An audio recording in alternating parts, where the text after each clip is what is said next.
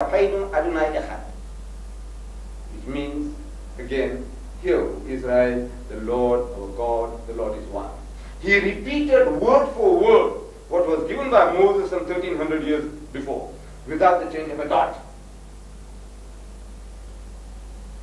When we come to Muhammad, some 600 years after Jesus, he is confronted by a delegation of Christians. A deputation came from an area called Najran, outside Medina, and these Christians were questioning him with regards to theology and the teachings of Muhammad and the revelation that he had received. And during the course of the discussion, the spokesman for the Christian posed the question, "O Muhammad, what is your concept of God?"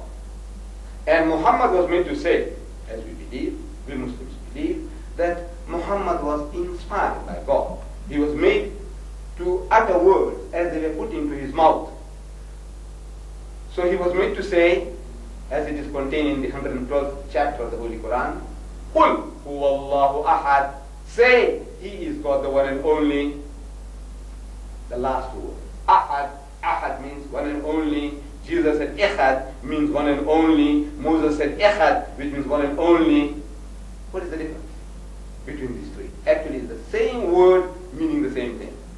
The Hebrew language is said echad, Arabic is ahad.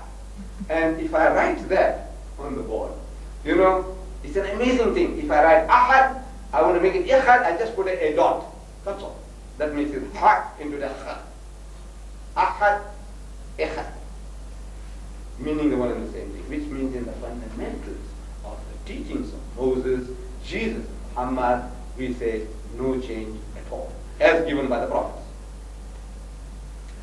Then in the teachings also we find a relationship, that each is an evolution of the previous teaching. For example, you see the children of Israel, they came out of the Egyptian bondage, and they were moving into the Sinai Peninsula for 40 years, a wandering people, moving from oasis to oasis. And under those circumstances, the Jews were given a law, a very beautiful law, which was an eye for an eye and a tooth for a tooth. Quick justice. If you injured my eye, I injure yours. Move on, there's work to be done. You broke my tooth, I break yours. There's justice to be done. Move on, there's work to be done. There's no time for lengthy litigations. There's no time for putting a man in concentration camp or prison. An eye for an eye and a tooth for a tooth. Beautiful law. A Jesus or a Muhammad couldn't have done anything better in the wilderness for these people. Suppose instead of Moses it was Jesus, what would he have given? I say the same. He couldn't have chosen to turn the other cheek. See, because it was uncalled for there in the desert. If it was Muhammad instead of Moses, what would he have said? I say word for word the same. Because coming from the same God, we believe that God Almighty was inspiring Moses to give solution to the problems of his people.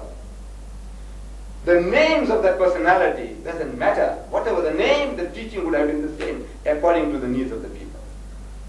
Adultery. Moses gave the law that the adulterer and the adulteress must be stoned to death. If it was Jesus, he would have done the same thing. If it was Muhammad, he would have done the same thing in the desert. Now this, though it seems very harsh and cruel to us, this was the most merciful way of getting rid of an antisocial character, an adulterer.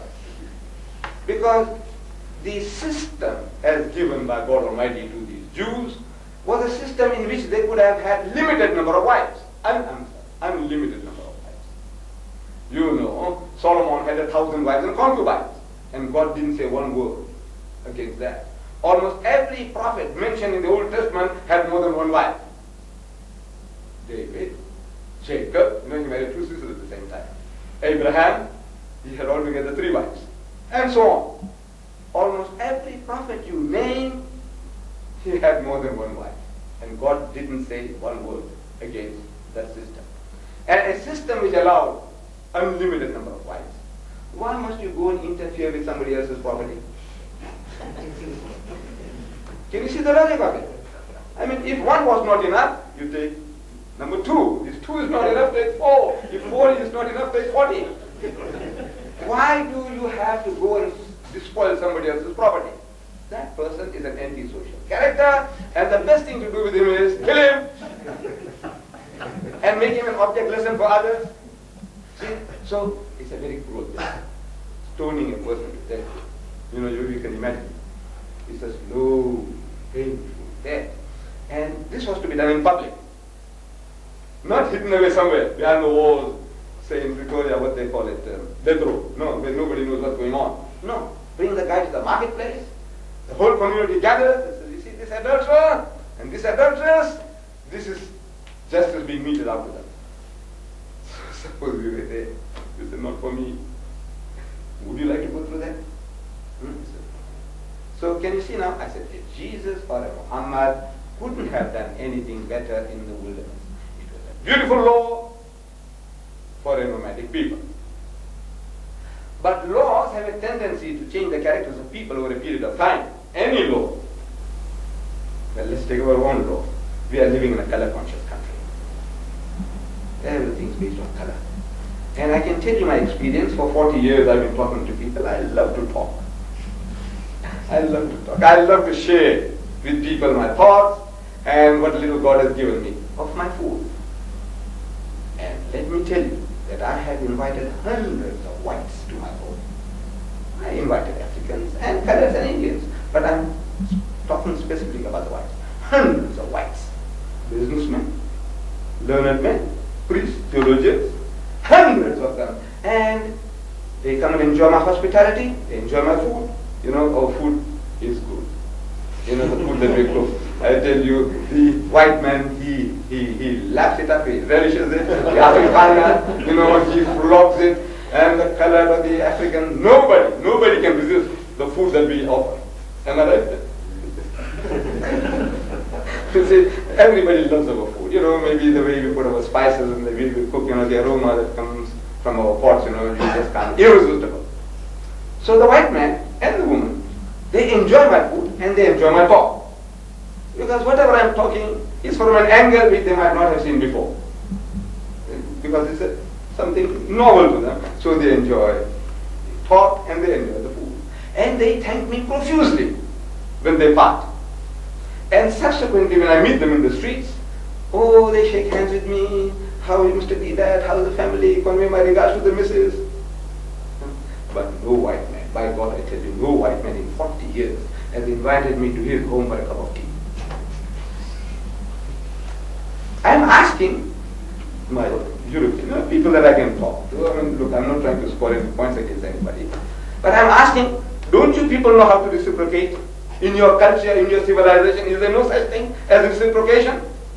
There is. There is. You do reciprocate, I know. Among yourselves, you do. You invite one another to your homes. But at the back of your mind, to invite a black man to your home, something else is involved. You personally may be a saint walking this earth, an angel walking this earth, but at the back of the mind, the laws of the country, color, has knocked into your psyche.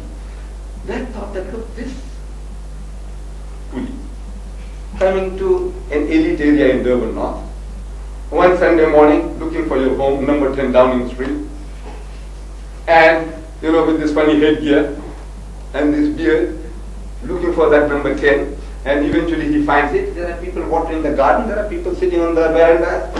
What is this coolie doing around here?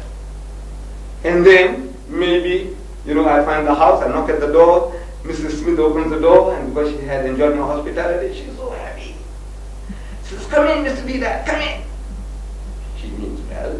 I go inside and we start chatting again, and religion is a deep subject, you might carry on for hours, and tongues begin to wag. He says, what is that doing inside here? What are they doing? Running a shebeen or what? What is Mrs. Smith doing? What business is she in now? Or another relation of the family comes in, they find this black man there, brown man. So my host will have to go out of his way to explain my presence there. He said, this is Mr. Deedat. When we went to his house, his family, they received us so well and they gave us such nice food and what not. Oh, you're going out of your way actually to justify my presence there. You know it. You have to justify, what is this guy doing here in the house? So to avoid all that, best thing is convey my regards to the missus,